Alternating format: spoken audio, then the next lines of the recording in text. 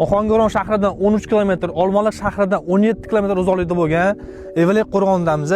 Sizlarga bugun juda ham katta uchastka topganmiz. Chorvachilikka qiziqadiganlar uchun zo'r joy. Marhamat ko'rishinglar mumkin.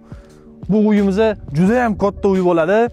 Umumiy maydoni kadastr bo'yicha 12 sotik bo'ladi, lekin kadastr chizmasiga 70 sotik kirgizilgan. Ya'ni bu xonadonimiz 70 sotikdan iborat. Marhamat ko'rishinglar mumkin. Juda ham katta xonadon, qaranglar.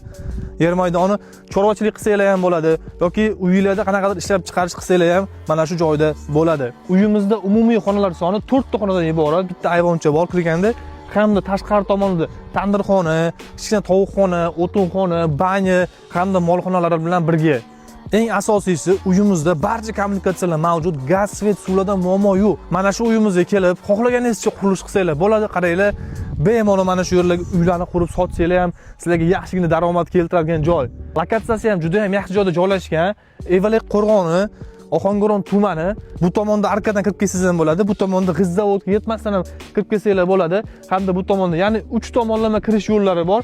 Maktab, bog'chalarga juda ham yaqin joylashgan. Mana shu uyimizni umumiy 70 sotikli uyimizga 4 xonadan iborat egalari tomonidan 50 ming dollar so'rashmoqda. Yana kelsanglar, o'zingizlar ko'rib, ko'zingizlar bilan gaplashsanglar egalari bilan yaxshigina kelishtirib berishadi. Qaranglar, agar sotiga 1000 dollardan hisoblaganingizda ham 70 ming dollar bo'ladi yer o'ziga. Lekin bu 4 xonali uyi bilan juda ham arzon narxda sotilmoqda. Pastdagilarning telefon raqamini qoldiramiz, telefon qilib bog'laninglar.